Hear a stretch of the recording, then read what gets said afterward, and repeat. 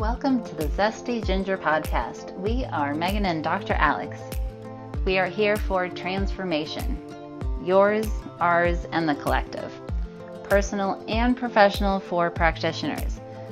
But not just any transformation. Compassionate transformation. Because between the two of us, we have seemed to have done things the painful way. Let our pitfalls become your stepping stones. We aren't afraid to share our raw and vulnerable truths in order to help you transform your thinking, your body, your heart, and your soul. Combining 15 years of functional medicine with brain-based habit change to lead you to the best life possible in a compassionate way. Compassion, yes, yet plan to roll up your sleeves. Transformation requires your participation. And a quick reminder, this information is not meant to diagnose, manage, or treat disease. Always consult with your doctor, not this doctor, before making changes. Now let's get into the episode. Hi there, everybody. Welcome to part 2 of our series. Hello, everybody. Alex and I are here together. So this is the effortless brain-based habit change series, and hopefully you listened to part 1. Because this is the kind of thing where you got to go part 1, part 2, part 3, part 4, part 5. If you were around for my solo series, a lot of you responded that you understood why you need to go in order. So this also would be great if you went in order. So go on back. And if you're just jumping in here and you didn't even know we were in a series, there is a workbook and there is a place to opt in for that where you can get the details at zestyginger.com/habit. Highly suggest going there, grabbing the workbook, which is going to help with your transformation. And we also have a very cool $500 cash prize happening for one person who turns in the workbook by Sunday. So go check that out and get the details. Link is also in the show notes. All right, so day 2. We are here in this world, and we have decided what we help women with is compassionate transformation and the idea that healing comes from wholeness. So remember how I mentioned that I felt stuck in that cubicle? Well, I'm going to share more about that later today. And in this cubicle, I felt so stuck that I wanted to possibly break my arm to get out of regular 9-to-5 life, to get out of all the things I felt I needed to do on top of being a mom. And it's so fascinating because when someone, let's say I'll just jump to the end. I didn't break my arm, luckily. But let's say I had broken my arm.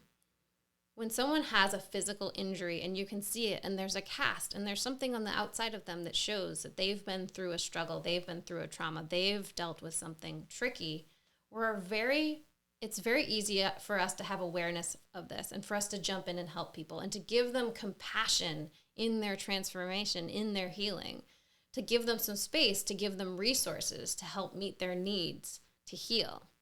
And yet, let's say you went through something that was just as rough. And this was just as rough, but from an internal place. This caused a lot of trauma, but on the inside, no one can see that you have a physical broken arm. We are here to not only help women transform in the physical plane and their physical body.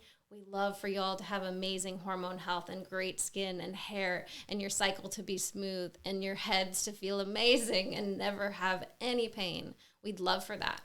And we are here for helping with the compassionate transformation around your emotional body, your mental body, your spiritual body, the things that maybe can't be seen, the things that took a hit early on or took a hit recently. And the resources, the compassion, the space is still necessary, even though you don't have a cast. We wouldn't expect someone who had this same level of trauma or pain or struggle or injury to jump up. You're not running up to the person with the broken arm and saying, hey, let's be done with this. That was a week ago. You're giving them time. And we are here to also give you time and space and resources to heal, to get to the place for you to heal yourself, for your body to do what it needs to do. Because healing, we believe, comes from wholeness. And we believe that we can help speed things up for you. That's also part of our mission. Because unfortunately and fortunately, Dr. Alex and I have both been through some rock bottoms and some personal struggles that led us to a lot of insights. Luckily for you, we'll share those insights so that you don't have to go through the same path, so that you can go a little bit faster and we can have a little more compassion, and a lot of compassion, because we've been through it. Absolutely, Megan. So you bring up a phenomenon that's incredibly important. And this phenomenon is called fragmentation blindness. This is where things happen to us. The arm breaks, the cycle goes away, the fertility issues come up, the pain develops, the trauma happens.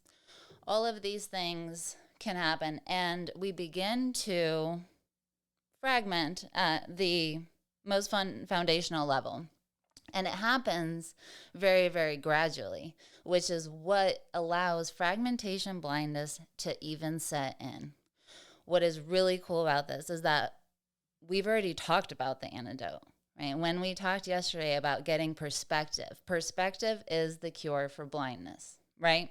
Vision, clarity, all of these things allow us to see where the fragmentation lies, and therefore where the wholeness and the healing is available to us. And the choices, the thoughts, the beliefs, and the actions that we can take to step into more of that identity. And that fragmentation happens slowly and insidiously, right? So our stories, like Megan said, include all of these. So for me, many of you know my story. I grew up in Russia. I grew up in the Soviet Union as it was collapsing. And there was a lot of collective trauma that I was born into. Lack of food, lack of resources, lack of health care. Quite honestly, lack of living when the median life expectancy is 55. And to grow into that world introduced me to a lot of opportunities for, at the physical, emotional, mental, and spiritual level, to begin to fit myself into a box that kept me safe and that allowed me to function within the structure, the family, the culture, and the community that I was living a part of. So while I had a beautiful little family unit that I was a part of course, not like all families, there's issues, there's inauthenticity, there's not saying what you mean, there's saying yes when you really mean no, there's lying when the truth feels uncomfortable. All of these things that happen within family dynamics, I had to. And within that set up an environment where I really felt that I wanted to get love by being the good kid, right? And all the good kid had to do was get rid of all the stuff that got her in trouble, that got her hurt. And little by little, I began to see that the more I peeled off and put behind a wall, the easier it got to play the game. And that really got me through a lot of the sexual trauma that I underwent when I was a child. It allowed me to section that part of myself off, address the things there, wall it off, and then go on with my day, right? Be the clumsy kid with the bruises and run around and do whatever. And be wild and be too much until I heard enough times, sit down, don't talk to the other kids. You're disrupting the class. So I peeled off a little more because it still wasn't really enough. And fragmented, I got so much that I couldn't really even see those parts anymore. By the time I got to America, it was so much easier to step into the American classroom not knowing any English and say, maybe if I don't stand out, which was hard because I was the tallest kid in the class, but maybe if I speak a little less, maybe if I study people's face and their tone, I can figure out their emotion. And if I know their emotion, then I can peel off the part of myself that is bothering them, right? I won't be a bother. They will be happy, and I will get the love that I need. People pleasing at its finest, to be honest. But it was keeping me alive. That coping strategy and that fragmentation is the reason that I got to go in there and be a little foreign kid and make friends and fit in. And quite honestly, some of that fragmentation really worked. It really allowed me to say, I'm going to push that down because I can't handle it. And maybe someday, I didn't even really have that conscious thought, but I think in my heart, I always dreamt of wholeness, because that's who we are and that's what we know ourselves to be. And even as a kid, especially as a kid, kids are smart, I knew that. I only forgot that later on. So that's where we kind of pick up, right? Adolescence became the science of picking and choosing which box of myself I was going to pull out to present to someone else. Were they going to see the rebel because I needed significance? Were they going to see the good kid who got all A's and was good at piano and was responsible? Were they going to get the little smart-assy one that my parents had to deal with when I felt too controlled and I needed an outlet for certainty, right? And sometimes I would misstep. Sometimes that kid that was the rebel, that really wanted to stand in their own identity, wasn't met with love, wasn't met with support. And that fueled smaller and smaller boxes. It wasn't that I got smaller. It's just that the boxes that I poured myself into really were. And they were so numerous that by the time I got to medical school, after developing severe chronic pain all over my body, I had a business that no one in med school knew about. I had med school that no one in my crunchy spiritual community knew about. And my parents didn't really know I was doing business, right? And all of these things were kept very, very separate and very, very, very discreet from one another. To the point where that fragmentation blindness was the reason I really couldn't see which way to go at all. Right? I had gotten perspective. I want to heal. I want to be a doctor. I want to help. I want to serve. But I didn't know how. All I knew is that I felt terrible and tiny and small and scared. And that I was just really living off the hope that I could just read someone's energy and face and tone enough that I could act as such. And that would be good enough. And maybe I thought, it's the people, right? I need to change the people. Oh, it's what I'm doing. Maybe it's how we're running our business. All of these things just rolling over and over and over and over in my head. So I was like jumping from thing to thing, feeling angry, numbing out all the time. Right? It's like that dream had nowhere to go. It was hard to make it through every day. And that vision of helping millions of women, it hurt so bad to be that far away from it. And every single step along the way where I got fragmented hit every single part of who I was. On the physical level, every thought, every belief, every emotion that I suppressed that was negative, that was eating away at me, that undermined my identity, all of those things were registered in my brain, right? That pain I was desperately trying to heal, the fertility I was desperately trying to restore, couldn't happen because my body knew I was not living a life that was authentic to who I really am. It didn't feel good to not even see the other side of the wall sometimes. And I knew that. It hit my emotions.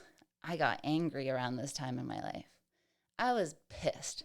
I thought, man, I've been trying to do this right the whole time. And I am just getting my butt handed to me time and time and time again. When does this stop? And of course, I'm thinking that, right? So that's the mental body. And I just thought, what am I doing here?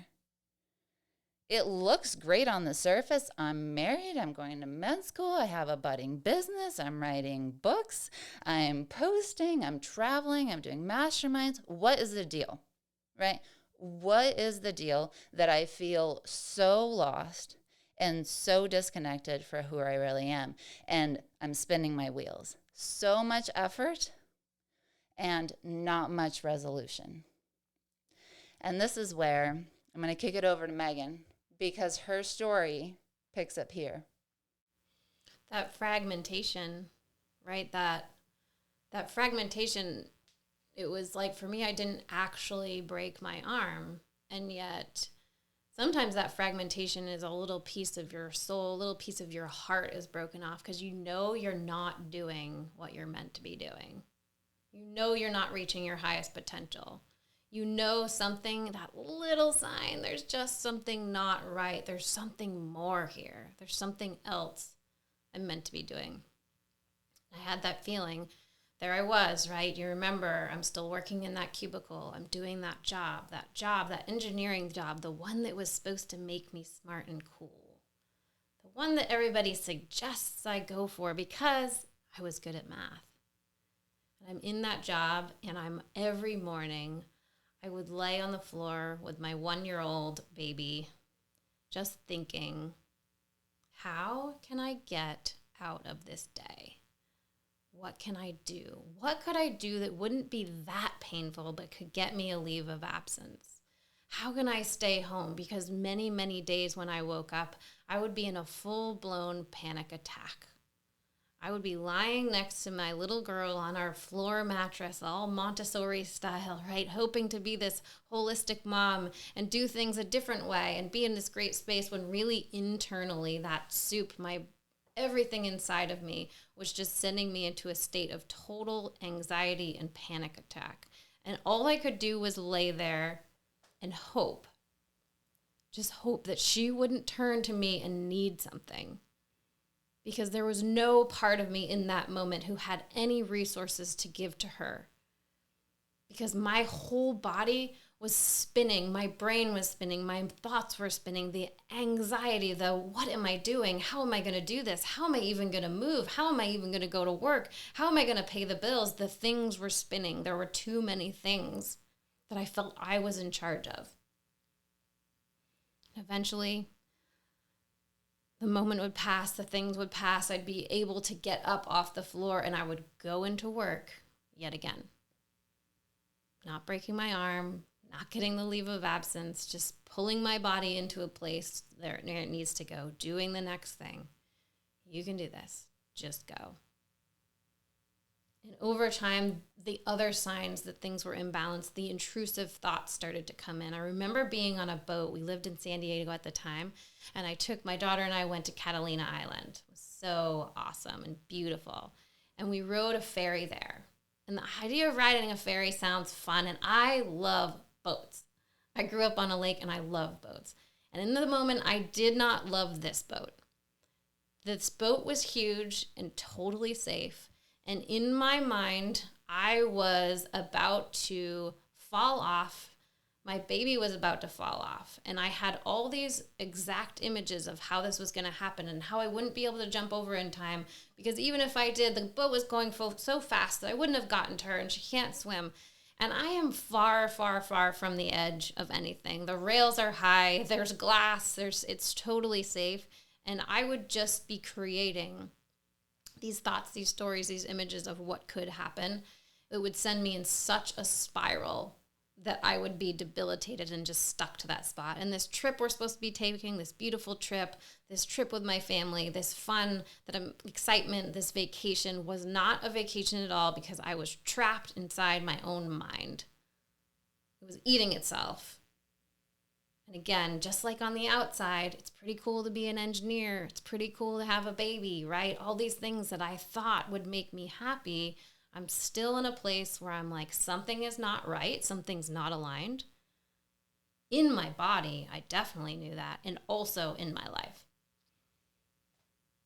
So as many of us do in this moment, and maybe you have done, we start to look for resources. And luckily, I was listening enough and opened up enough to my own intuition that when a friend said, hey, I just started this program with a holistic nutritionist. She's pretty awesome.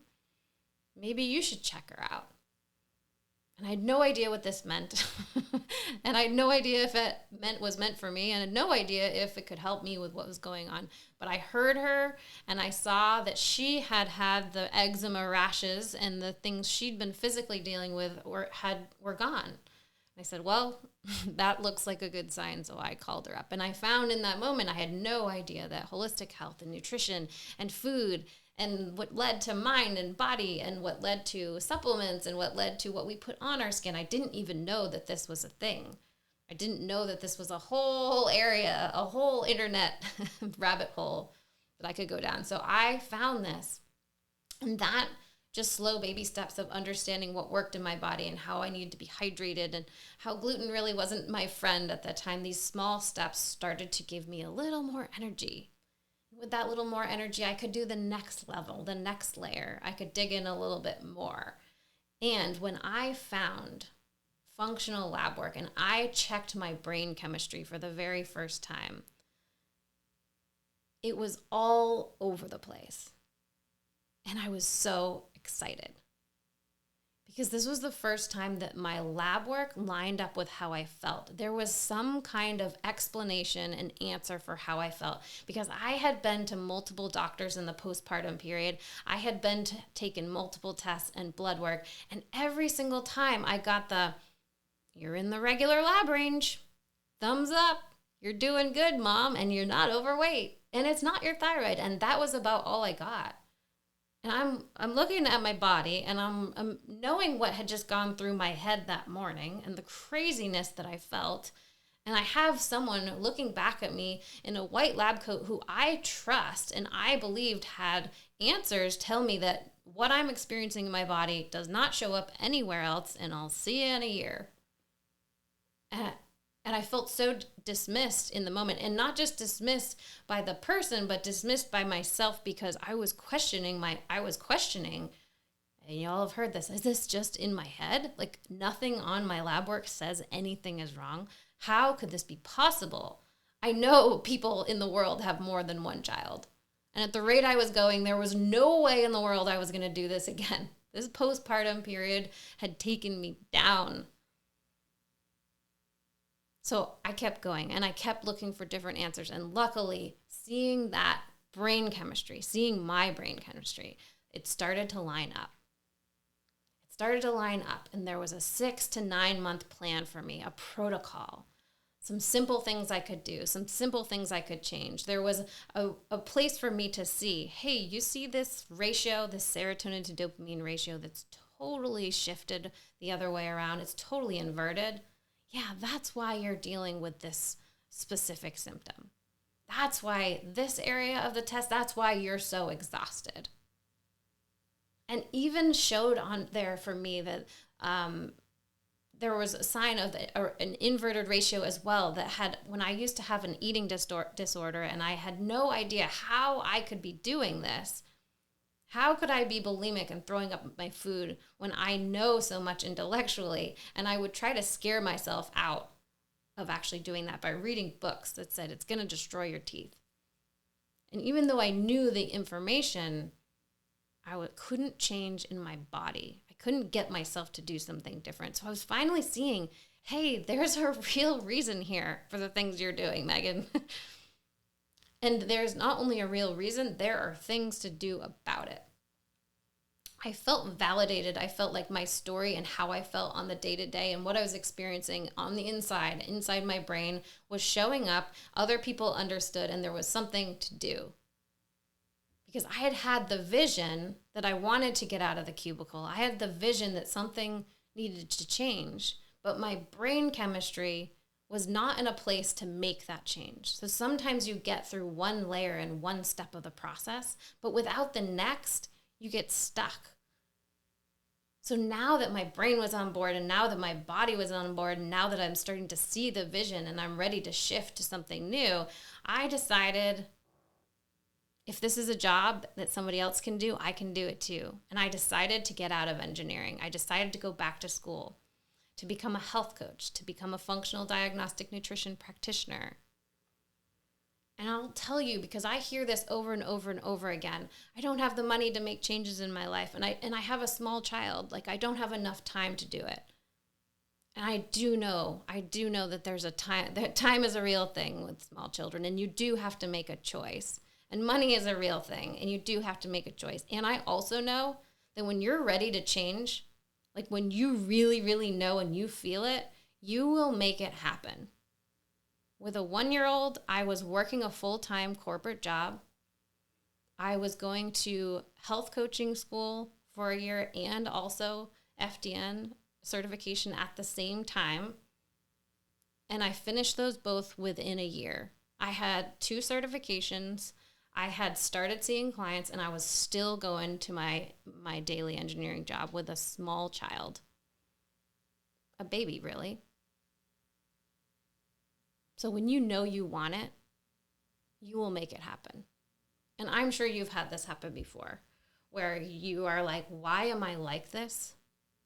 What's going on? And you've seen an opening and you see a shift and you're like, I'm not going back.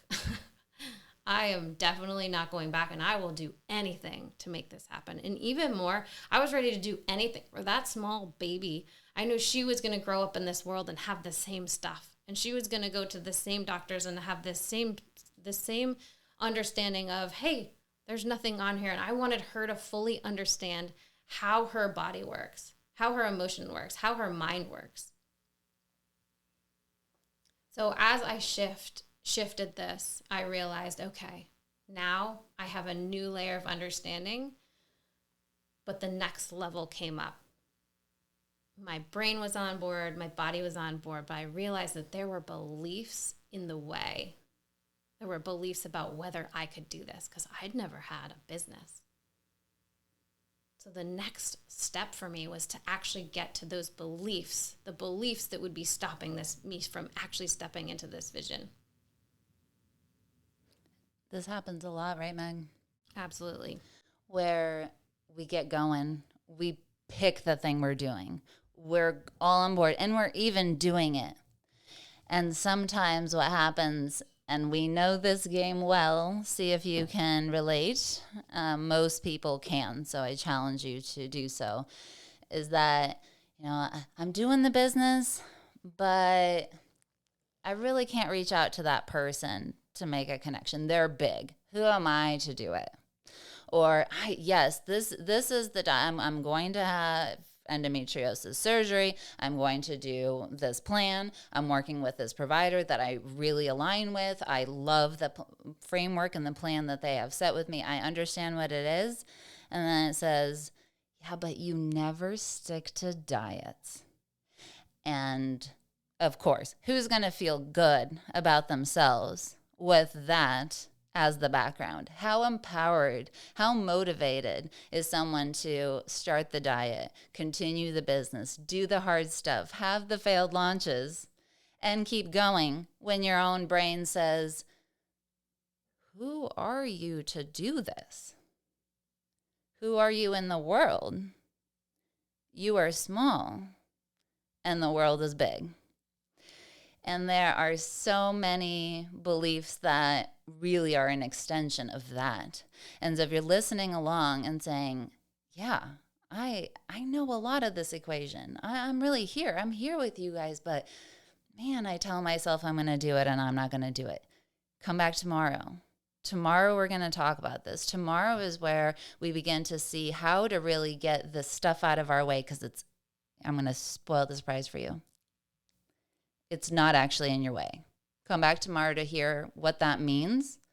But those things that you think are in your way are there for you.